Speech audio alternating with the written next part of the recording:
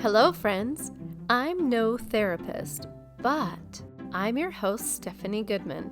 I'm a wife, a mother, a grandmother, and a woman of faith. Often friends ask me how I have a successful marriage while blending families and staying optimistic in life. This podcast features people with real-life stories about success in relationships and triumph over trial.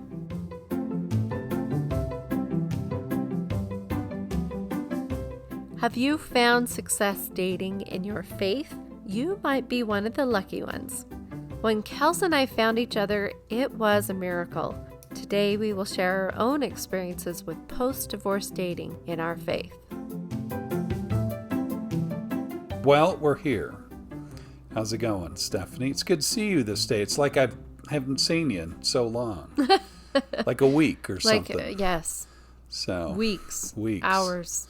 At least moments, a week. Minutes. Since last week's podcast, because this is a weekly podcast. Yeah, that's it. So, Are you sharing all our secrets, Kels Goodman? that we do all these all at once? I could have gone into the back room and changed clothes and come back. Yeah, and I could have maybe gotten a haircut by now, but whatever. So It's all magic. it is all magic. Smoke and mirrors, right, babe? Yep. Speaking of smoke and mirrors, we're going to be talking about dating and your faith in dating. So it's funny I call that smoke and mirrors. I think it's because Steph and I have been, when we've dated before, we've been told one thing and then we've experienced another. This is very true. So there's some little few mirrors there. I think that's probably one of the reasons why a lot of people are afraid of online dating or dating in general, because they've experienced being smoked. Yeah. That's right? Being smoked and seeing something else that isn't really there. Mm-hmm. I think I'm going to start out by saying that I remember hearing a quote by some kind of expert somewhere. And, we're all experts, right? And this so-called expert actually said something that was poignant. And that was that there were two things that make or break a relationship that determine whether that relationship is solid or it's not. And one of them that I remember was your faith. Oh. And that's kind of what we're going to kind of go into is your faith and dating, kind of the background of that. And one of the reasons, of course, because some of you know that we're Mormon, we're LDS, whatever you want to call it. From the Church of Jesus Christ of Latter-day Saints. That's right, which is what the church has encouraged us to call it. It's our choice of religion. That's right. And we have been pretty much all our lives. And there's, when you're LDS, you have a tendency, Latter-day Saint, you have a tendency to have some strict rules. And, church attendance, morality, faith towards the belief of what you believe in, prayers, all kinds of stuff that make up a person's faith, how they are towards other people. And I've come to find that it's not just the Mormons. That there are many faiths, people with many faiths who also get concerned about their dating and staying in the faith. And so when Steph and I met, we both have had experiences that were positive and negative when it came to online dating, because we met online. It's funny how in the faith, there's always a complaint by those who've left the faith and it's understandable. It's a totally understandable concern. And it's the phrase of judging. And I think, and while, we have a tendency to judge unrighteously, mm-hmm. we also misunderstand the quote of that scripture. The scripture actually says to judge righteously. It never says don't judge and that's it, the end. Because when you're dating, what are you doing? You're judging. Well, yeah, you're exactly right. In You fact, better decide. we've been given the gift So, of judging, yeah. right? You should be allowed to judge in an effort to be able to know who you're going to live with, and who's compatible Protect with yourself. you. That's right. And there is a compatibility issue. And the other thing is, a lot of times when we talk about compatibility, we have a tendency to think that means, what are we like in bed? And that's one level of it, but the real thing I think we're really getting into is discussing the spiritual aspect, where you are. And it's our experience. It's kind of our hypothesis, I guess you could say, and then we'll go into the details. And that is that we think that it's very important that when you date, from the experience that we've had, that you are on the same page spiritually. And I think that's a strength that me and Steph have, is that we kind of see things the same way. While we may not say the exact same words and all that kind of stuff, we're pretty much, I think, in line spiritually, because even in faith, there's many different levels that, you might be somewhat in the faith, or you might be say this is okay here or this is okay there. And that's very important to know what is okay. And that's why you don't want to get married until you know that you're okay with those spiritual things that that you agree on. Yeah, I would agree with that as well. And I think it really comes down to integrity. Mm-hmm. We know that integrity means, who do you act like when nobody else is around? Are you trustworthy? Yeah. Are you living up to the word that you said that you were going to do? Integrity, I think, is something that is really missing in the world right now. Yeah. I think that our conscience is something that has become weak in our spirits. It's not as valued as it once was. It's a rare thing to find someone who has a conscience and desires integrity. Yeah. I kind of learned that when I had to realize I was going to be divorced. I had to realize that I didn't trust everything, and that I needed to be a trustworthy individual if I were to go out into the world again and find a spouse. Mm. Because the first step is deciding, am I looking for a spouse?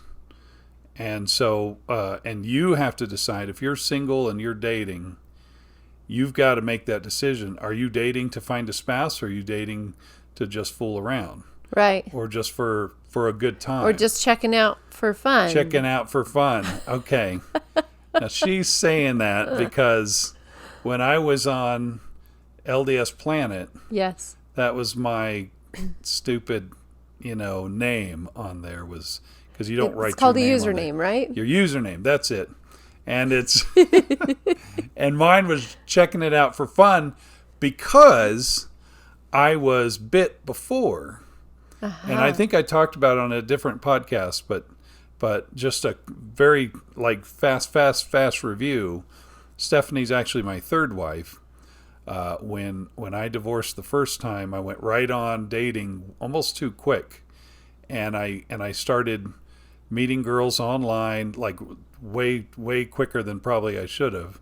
I should have had some healing time before we I will dated definitely again. Talk about the healing time. Yeah.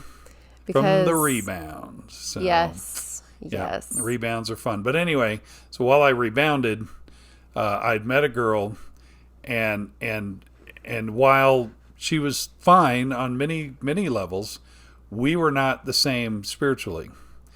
And because we weren't the same spiritually, that was a big thing that I was going to do when I knew I was going to have to date again for the third time to go find me a wife, that I was going to be honest and true and make sure that I don't fall into some of the things I learned from that experience, and that my spirituality was clear and concise from the beginning, from very up front. This is where I stand, and I'm not perfect, but I want to do my best, and that was what I wanted.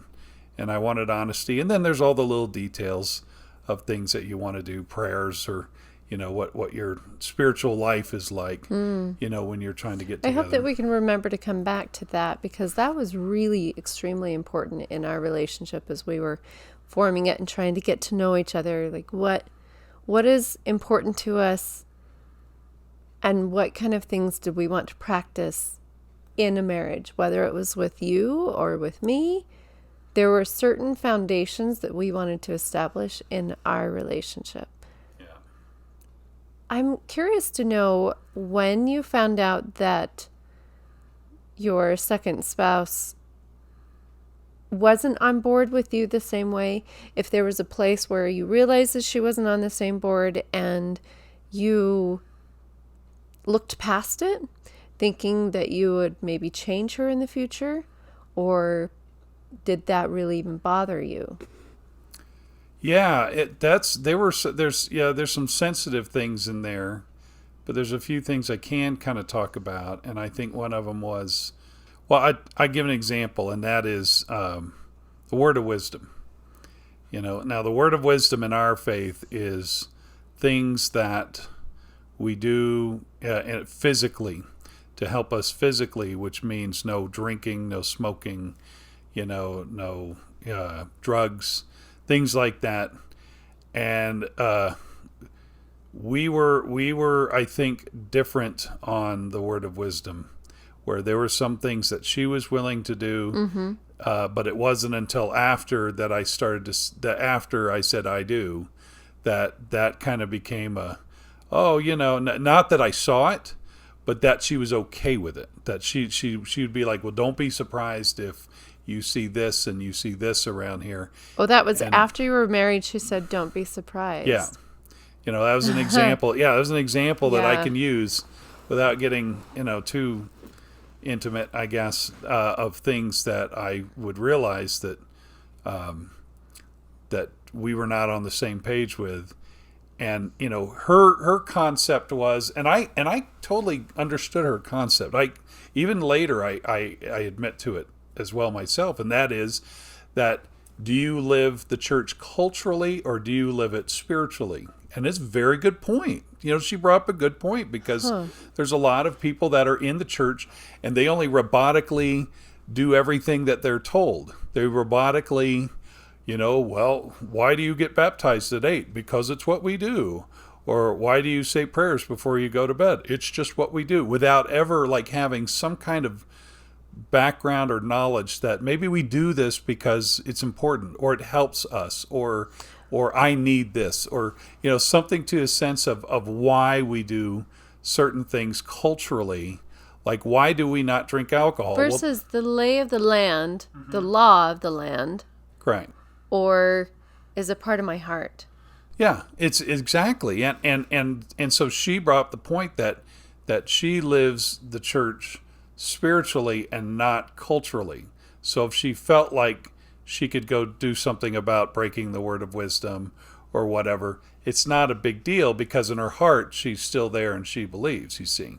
Okay. So it was really kind of a interesting thinking, to where I agree, I understand the reasoning for it, but it doesn't mean you run off and just start going crazy and doing things that you shouldn't probably do.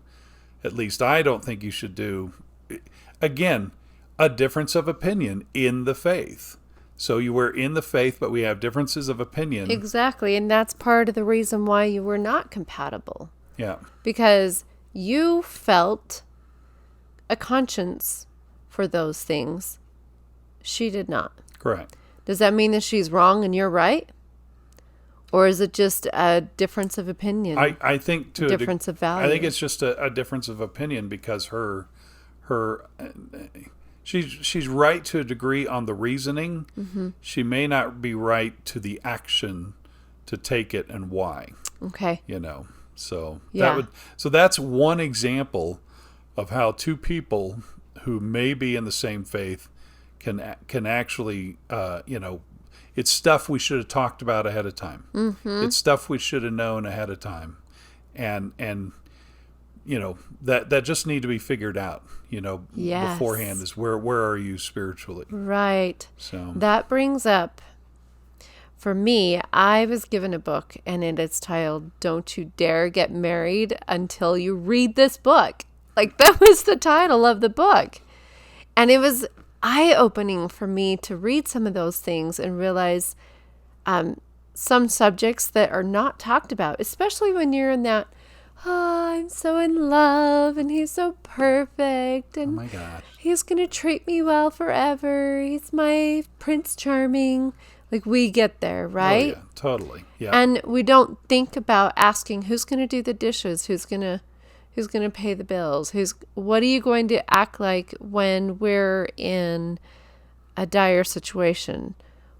What is important to you as far as, do we keep the bedroom out of the conversation until we're married? Is that important to you? Like, where do you stand with that? You need to know. And I'm sure there's so many more. I mean, it's a whole book of Don't You Dare Get Married Until This. Oh, yeah. And if I had known more about that, I think in a lot of ways I wouldn't have been married the first time. Yeah. I probably wouldn't have either. I think there's a lot there. And then, of course, that takes us into the discussion of sex. And I think, we have another dilemma, I think, in our faith, which I think happens in a lot of faiths, and that is the discussion of sex. And not talking about sex, because it's like this thing we no, we don't talk about because things happen. Can you hear the song in my head? It just came on. We're not going to sing it. That's right. And it's just like we don't say anything, and we don't think those thoughts or nothing until we go to the altar and say I do. That's a good point. That no. Yeah.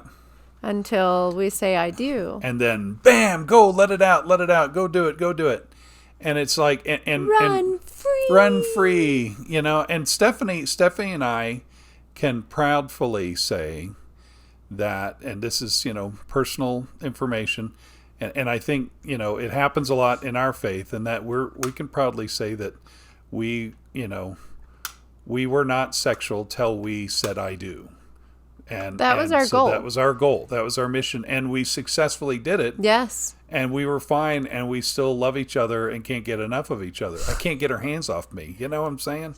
So, but the point I'm getting at is that what should happen with these young couples is they should be allowed to talk about sex beforehand. That's my take on it. Especially if they are planning a future together, they need to be able to. And this is a tough place, because when you talk about that, a lot of the times that stimulates feelings, if you know what I'm saying.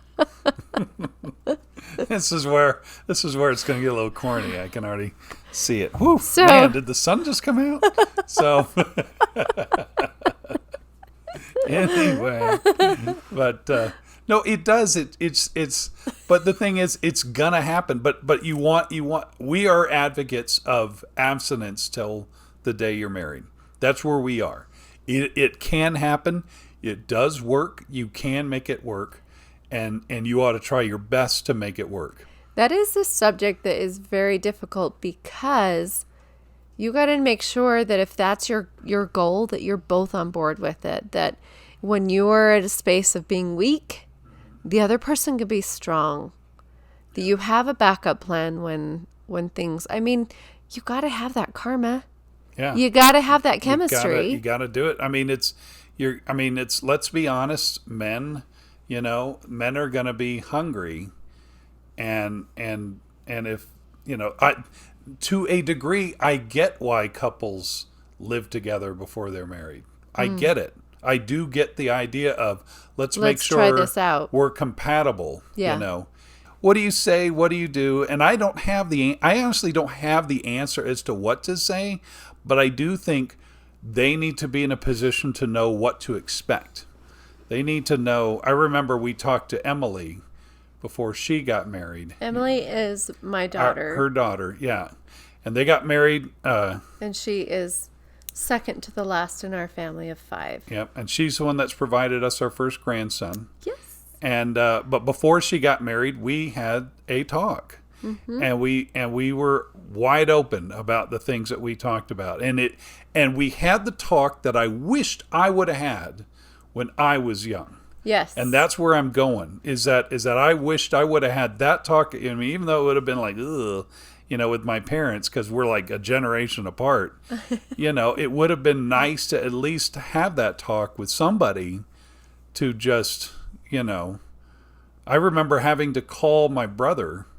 Oh. And when I found out I was going to get married, I had to, I don't know if I should talk about this. I remember calling my brother, finding out if it was okay to not work on getting pregnant right away, or what do you call it? Birth control. Oh, okay. Yeah, like that was Birth the magic control. word I'm trying to find. Like if it was against church policy for me to use birth control when I first get married, because he was about 10 years older than me, and I looked up to him. And so I called him, and he was he was strong in the faith, and so I wanted to know from somebody who's strong in the faith, was it okay to use birth control? But the fact that I had to do that was just like, that's that nice. You had to ask a sibling versus like a parent, or even maybe some kind of leader or something. I don't know how you do that, because I don't have an answer to that. But if a parent can actually be more in tune with their children, to talk about sex in a way of, you're going to get some, so here's how you do it. I know that sounds kind of, I'm being as vague as I can, ladies and gentlemen. Let me share a thought. And now Stephanie.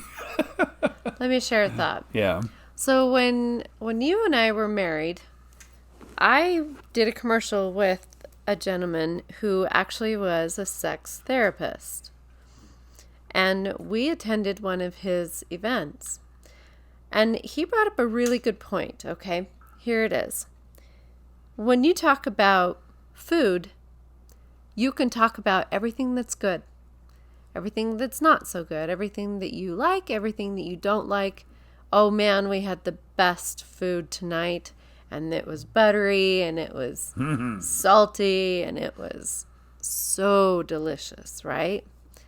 But when we come up on the subject of sex, it's so passe, nothing can be talked about. So if you think about that, intimacy and food, I think that if we embraced it more on the level of food, that we could get communication through, especially with our spouse. Tell me what you like, what you don't like. Yeah, I think as we've been married and we've had, good experiences together as a husband and wife, I've been more and more open to talking to people only if they're willing and they want to, because it has to come down to that, about a healthy sexual lifestyle, right? Because it is the other thing that breaks up marriages is this mystery concept of sex. Incompatibility. Yeah. And that's not just the physical part of it, but really the spiritual part. Yeah. Where do you sit with that? Are you willing to give your full heart to your spouse, or as part of your heart to addiction? Yeah. As part of your heart to flirting with someone else that's outside of the marriage, right? What leads to that? And I think we'll probably do another episode, maybe more about sex. But I know that I do know that you've got to get that figured out as to go upon the theme of don't get married until. Sex has got to be one of those that you've got to be allowed to talk about it in a proper manner and know what to expect. What does the other person expect? Yeah. And once you get that figured out, I really think you can have a healthy marriage, because sex is part of it. If you're listening to this podcast at this moment, that we are not sharing things that have made you uncomfortable, and that there are not small children around, but that you realize that this is an important subject to be that's talking all. about, Yeah, that's all I wanted to do to is keep just a relationship healthy. that it is a topic that you need to talk about, and then maybe one day we'll do, like I said, we'll do a podcast where we'll flash the adult sign and we can get stuff. Warning, warning, warning. That's right. So, and we'll see how red we turn. yeah, exactly. So, or there'll be no. Anyway, we'll be careful. So we're talking about marriage. But so those are things that you need to look forward to. Is you got to make sure you're on the same page spiritually. You got to make sure you have those discussions. You also want to make sure that you can handle whatever you're going to get yourself into when you get married. That's a really good point, because happily ever after, there is not such a thing. There's and no perfection, nope, it does not. my friends, perfection, write this down. Perfection is pure fiction. Yeah, It's that's a not good one. It's not a level that you can achieve. Yeah. It is pure fiction. So if you're holding off in getting involved with a relationship because you're looking for perfection, my friends, you're missing out.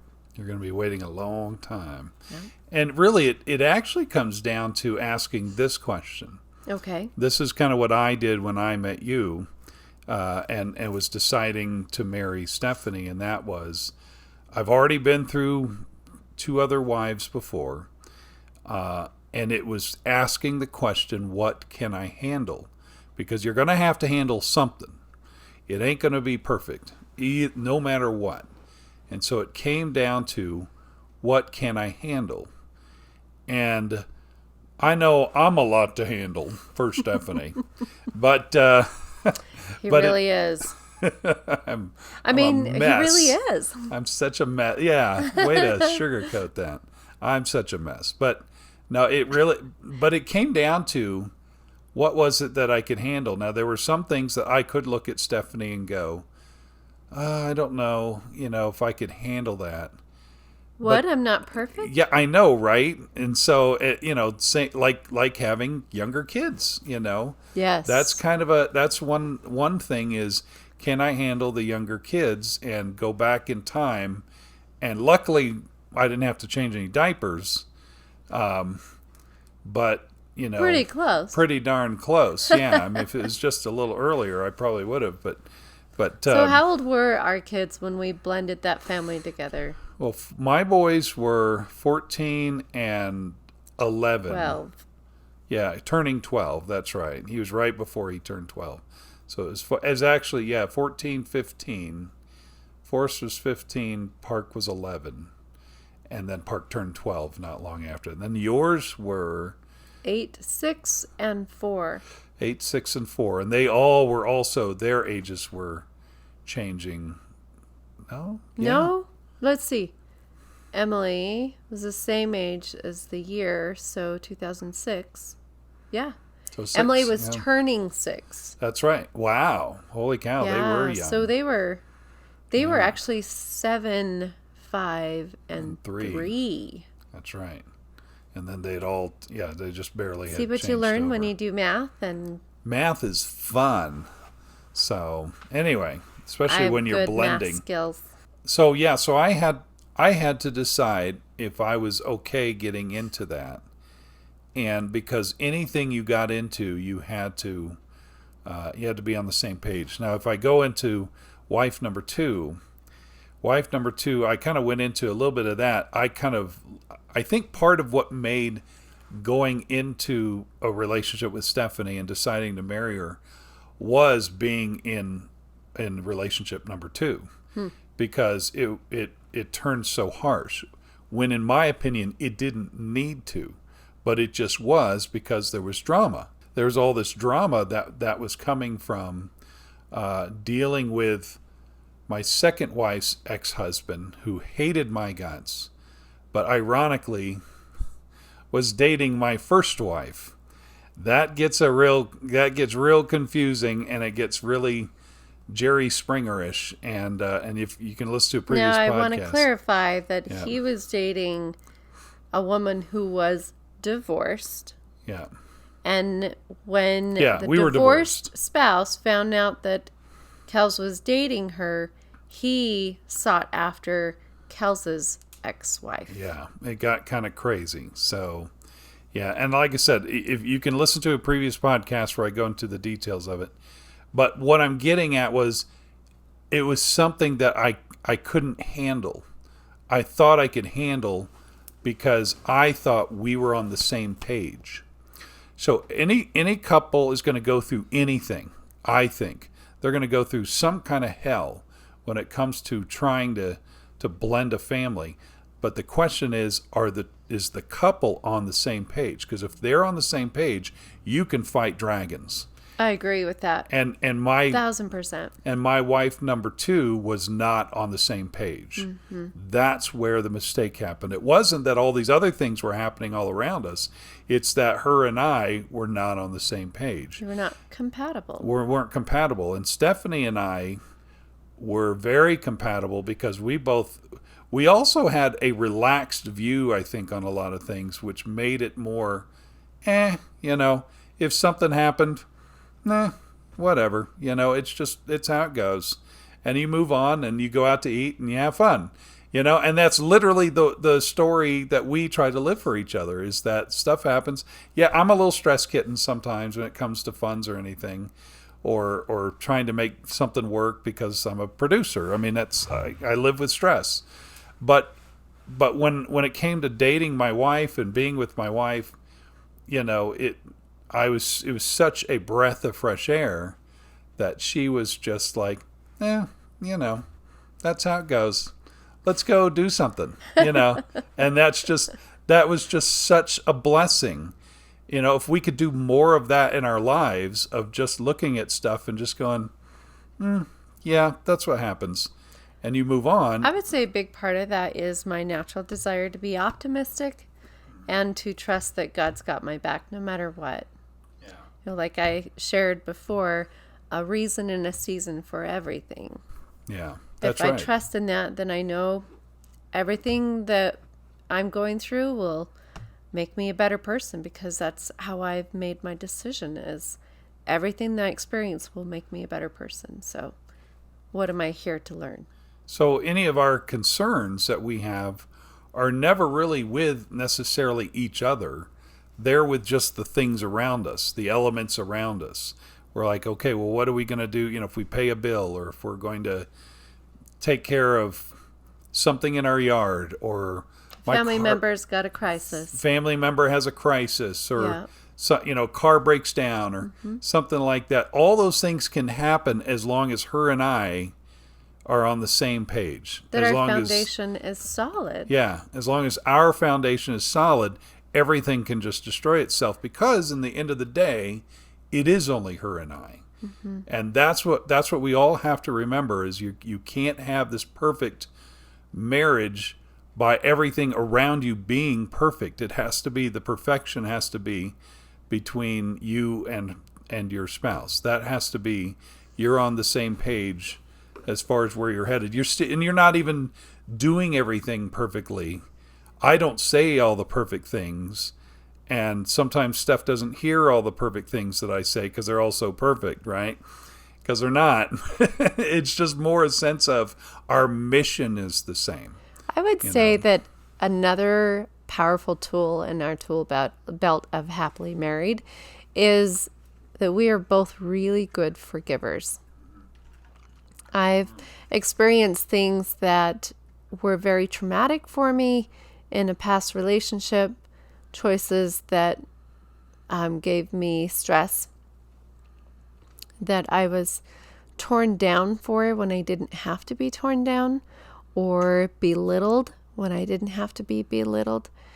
And I believe that you and I see each other as equal partners. We're both adults, and we strive the best that we can to not tear each other down. Yeah. Yeah, that's a good point. And that's a question, why would you want to tear your spouse down? because that's your spouse. Your best friend. That's your best friend. It's not your car, okay? It's not your brother. It's not your sister. It's not your house. It's your best friend. And why would you put your best friend down when that's who you're spending your life with? That's the one you chose. So putting her down ain't gonna win you any extra points anywhere except in your own mind, and that's it. It's not going to win you anything. So you gotta, if you're putting down your spouse, you better straighten up now, and you better figure it out, because you've got to find out your relationship with your spouse and find all the good that she does for you, because after all, she married you, and so she has to put up with you as a spouse.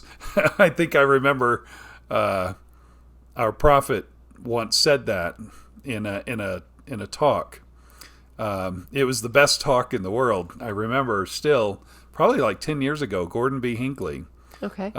president of our church, spoke to a body of priesthood brethren, all men. So men-filled conference, and it was about how to treat your spouse. Oh. And it was big on helping men to stop treating their spouses, stop abusing their spouses or putting them down. It was wonderful talk.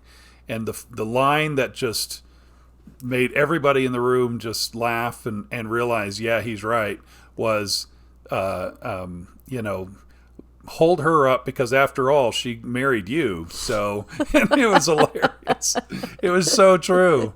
And so careful what you wish for. Careful, exactly. And it was just so nice. It was so refreshing. But you just don't want to do that, because that's your when you die, that is what you take with you, is your spouse. There's a little hint there, is not your car, not your Star Wars action figures, or any of those other not family your photo jewels. albums. Not your phone, not your cell phone, not your photo albums, but your spouse. Not your Facebook account. That's right, not your Facebook account. And it's your spouse, because that's who you're on board with. That's who you do everything with. So you've got to do it. If you ever have a moment in your life where, and another hint here is, if you have a moment in your life where you ever say the phrase, "Oh, I just had to get away from her for a while," or "I had to get away from him for a while," you better seek some counseling right away. You better figure that out, because that never leads. Because that plants a really unhealthy seed. Yeah.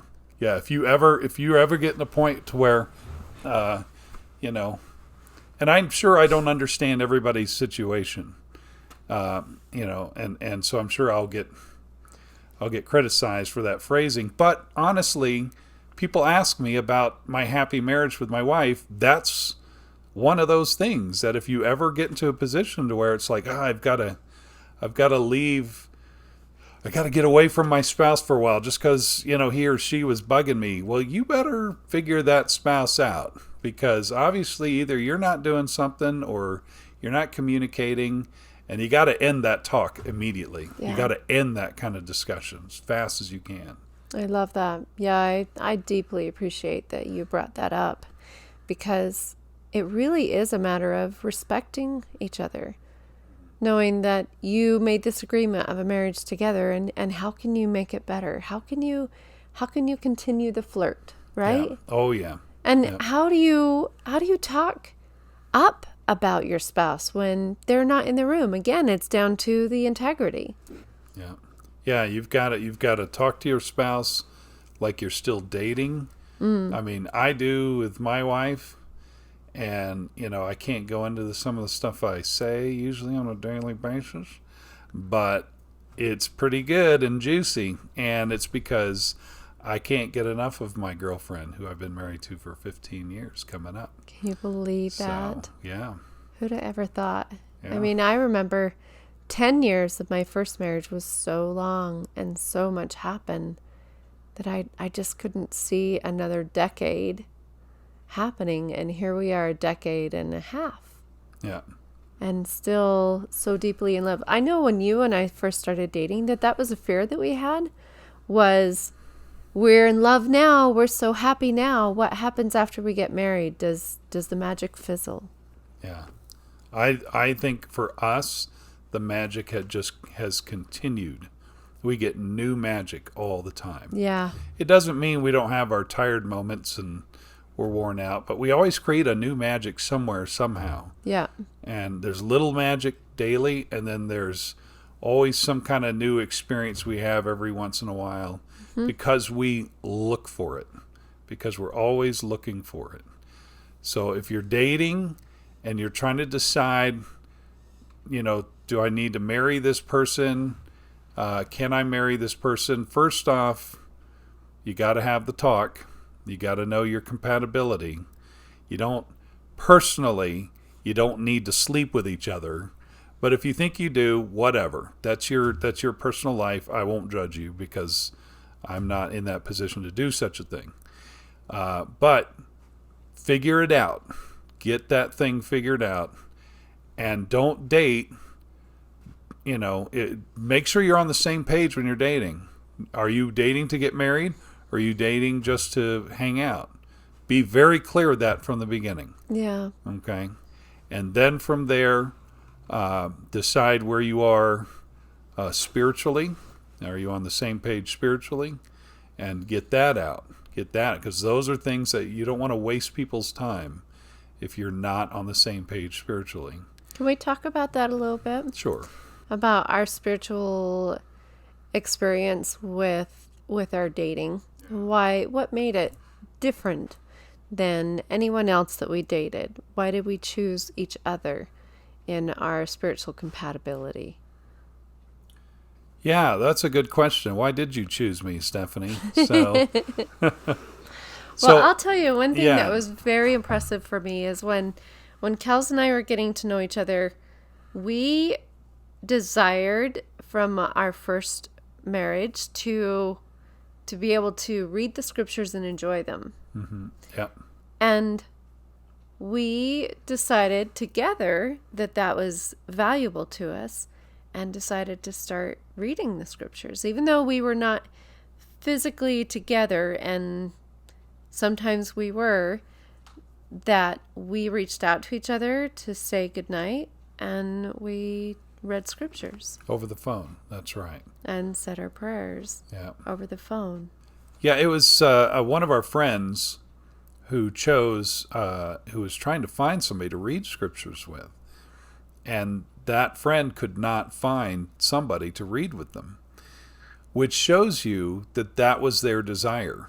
Mm-hmm. And it's amazing if you're on a site that purports to be a religious, because there's religious dating sites. So if you're on a religious dating site, you better, especially a Mormon one, you better just expect the fact that that's what they're looking for, is that they are they're Mormon singles who are looking to be married, who are looking to be religious. And in my opinion, don't go on those sites if you're not looking for that same thing. Yeah. If you're looking to fool around or mess around or do something to where you're not fulfilling the mission of that site, right, you need to get off. Yeah, I agree with that.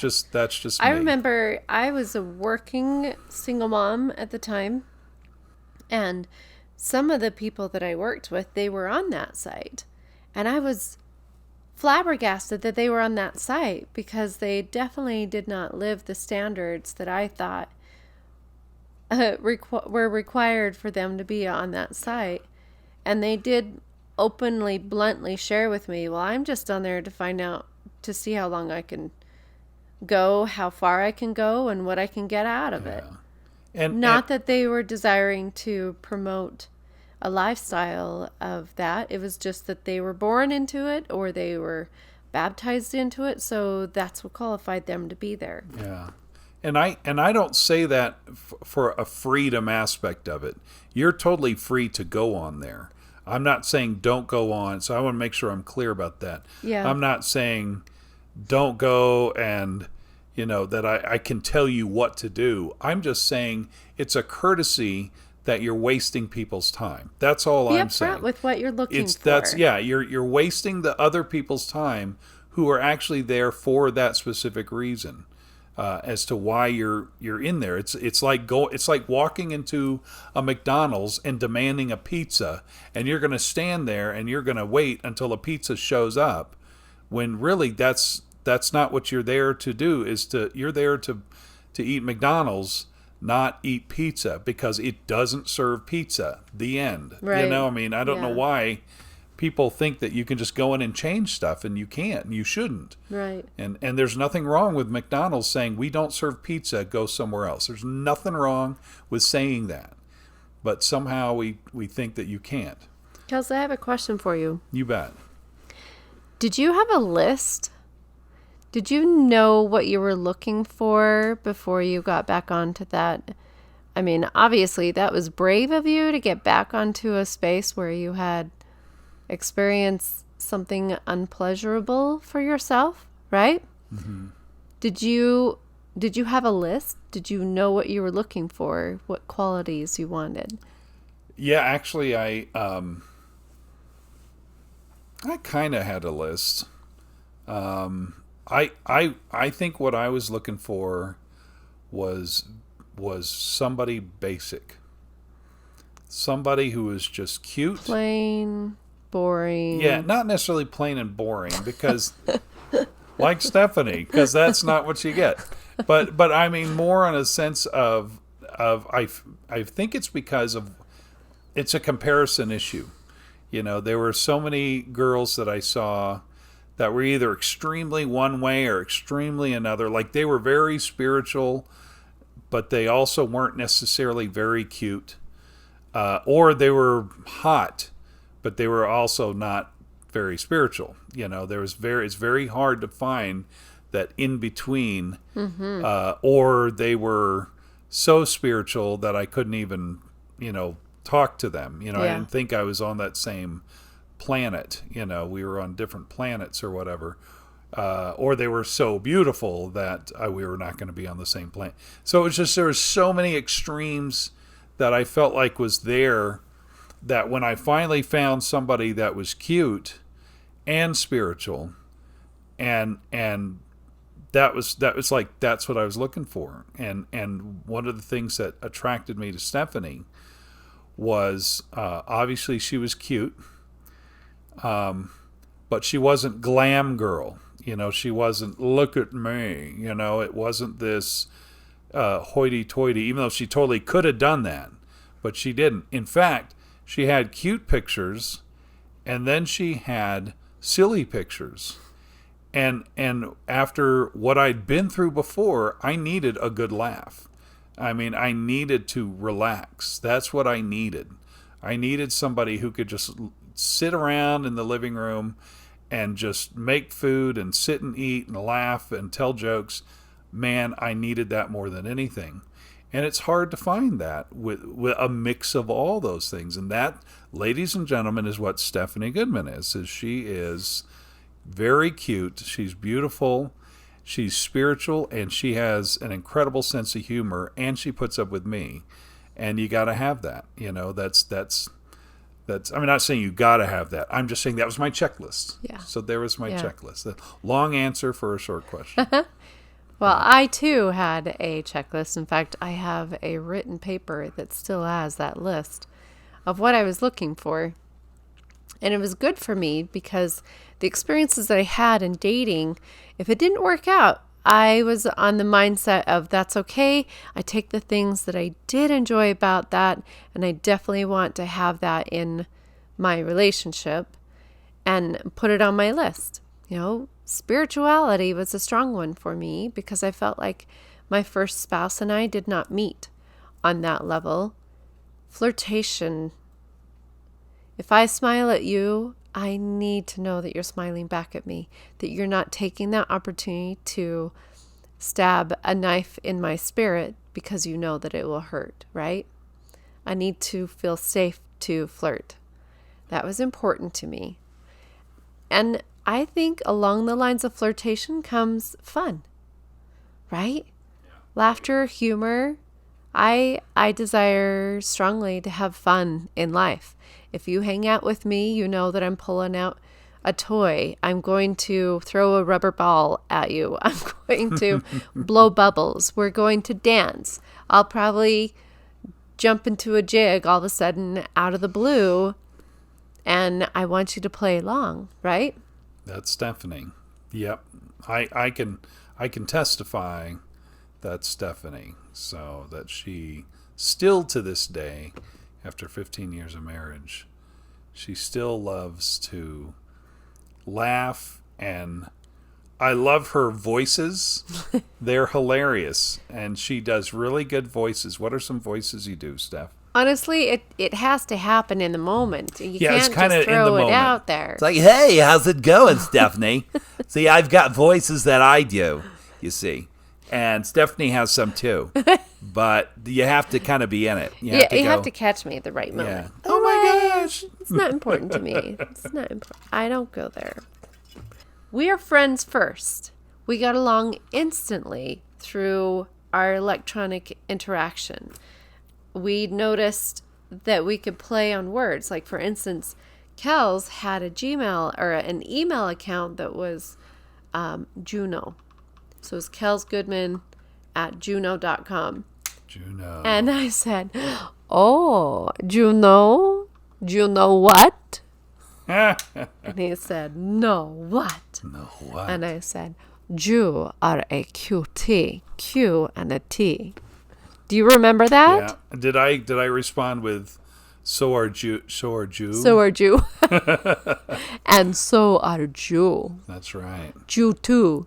And then when I called her for the first time, the first thing I said was, "Hello, is this Sister Cole?" Because that was her name that she was still going by. I said, "Sister Cole, this is your bishop," and I was just calling to make sure that you're keeping the morals of dating. You're not dating anybody strange, are you? I remember what I said, right? But I called either. you as my bishop. And she just rolled along with it, Called me as the bishop. You called me as the bishop. I was pretending to be her bishop. That's what it was. Which was fun because that was so unique to me. Yeah. I will say, Kels caught my eye because he was the first person to message me with the pictures that I had. He messaged me not, oh my gosh, you're hot. Hey, hottie. Or what's a sweet thing like you doing on the internet? Which is how I talk now, so. It's true. We're working on that. Yeah, that's right. Counseling, anyone? Only to Stephanie. But anyway, I didn't mean to interrupt. But he sent me a message saying, you look like a fun mom, and I'd like to get to know you better. Mm-hmm. And I was so impressed because that was such a fresh breath of air to receive a message like that. It didn't have anything to do with me being compared to other moms with their bodies or anything, or their career even. It was, he saw me being me, goofy, fun. I mean, I even had a picture of me in my rollers. Oh, that was hilarious. Well, the two pictures that really stood out for me was the one in rollers, and which is awesome, and the one where you're dressed like a witch. Oh, yes. That was so awesome. The witch costume. And your kids are sitting there, and they're all doing the, for those of you who can't see us, you're cross-eyed, and your tongue is out. It was so cute. I went, I love this woman. That's what I need. I need that in my life. Will somebody please be normal? Will somebody just be calm and just have a good time? Because man, I don't have time to play a game. We don't have time for games. And dating is such a game. It is a game. It's so hard. I feel for you guys who are still dating. Yeah. And especially those of you who are struggling right now. Absolutely. I have a message for you, okay? And the message is, if you're dating, if you're a guy, get your crap together. And I know that sounds kind of mean, but those women are looking for you. Yes. They're looking for you. We have so many amazing, beautiful women that would be incredible wives. Man up and be a husband. But they can't find someone who's willing to be that spiritual foundation for them. Yeah, man up and be a husband, because these women need you, and we're seeing part of why we're doing this podcast is we're seeing these challenges. And one of the big challenges right now is the lack of men being men and probably women being women. I don't know the women's side. I can at least speak to the men because we have a lot of single women that come in and out of this house who talk to Stephanie. Beautiful women. Beautiful women who are spiritual and just want to do the right thing. Fun. Amazing, wonderful wives. And they keep are dating, wonderful mothers. Yep. Who would be wonderful wives. Who dating guys who can't get their crap together. And so I'm being... And when you say can't get their crap together, go into that a little bit. Yeah. Oh, good. I would say the first thing is you got to be honest about everything. That way you don't waste time. That's why I was saying earlier. Why is it so difficult to be honest? I have no idea, but it's I think especially amongst the divorce group. There's the divorce group, there's the ones who've never been married but they're getting older and they're not marrying, and that's fine. They probably have their reasons, and nobody's calling you a sinner for not being married. Okay, because that's not for me to make that call. I'm by no means doing that. Right. What I'm saying is we have a dilemma, and the dilemma is there's a lot of single women out there that are needing a real man who can pay his bills, who can take care of himself, and who's willing to take on the challenge to be a husband, and to be honest, to be spiritual, to be, to keep your eye on that woman only, and to just do that. And because I know the world is hard and I know things are tough, but you know what? The women will love you if you do what's right. Seriously, if you just do what's right, they will, you will be their hero. And, there's, do it for the right reasons, obviously, but you can have all those great things if you just communicate. If it's sex that you're worried about, figure that out. I'm not here. This isn't a show about that, but go figure that out, because, you can find that happiness. It is there. Yeah. So, but just be honest about it. Be true. If you got to change some ways, you're also not helping society by being selfish. You're not helping society by saying, well, it's not in my game. It doesn't fit my style. Well, screw your style. Figure your style out. Change your style if you have to, and be a man and be a husband. And so I know it sounds like I'm just harsh, but it's just it's an epidemic we're seeing right now. It's a serious. I have no statistics. I admit it, because I am no therapist, but I'm only going by what I'm seeing around me, and it's a lot. Anyway, that's my little soapbox. It's pretty bad.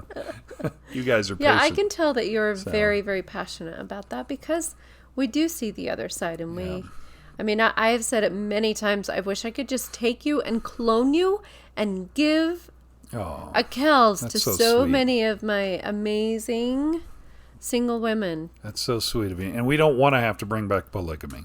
So that is not in the cards. We're not man. Going there. We are not going there. No, there's no time for that kind of stuff. I don't share my man with anyone. That's right. And I don't share my love to anybody but this woman. So that's all there is. I can only handle one woman. So come on, guys. Step it up. So, well, we ought to wrap this up, because definitely we're starting to talk about sex again. So don't you dare get married until... That's right. I would highly recommend you pick up that book if you're in a situation of trying to blend your families together. Know that you're on the same level of understanding some of those hard things that are in life, and make sure that you're compatible. Make sure that you're both in it for the purpose of being each other's companions through this life and into the next. And know that you have trust, that you're honest, that you desire to be the kind of woman that he always dreamed of, and be the kind of man that she always dreamed of. Does it always have to be financial success? No, because I'll tell you what, there are many marriages that are not happy because of financial success. Again, work on that foundation. Know that if my foundation is solid, it doesn't matter what kind of tornadoes come around it. We're set. We're safe.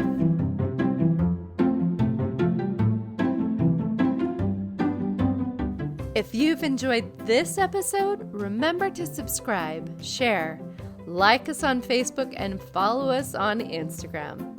Please comment, because I would love to hear about what you think and what you want to see in the future. I'm no therapist, but I am your host, Stephanie Goodman.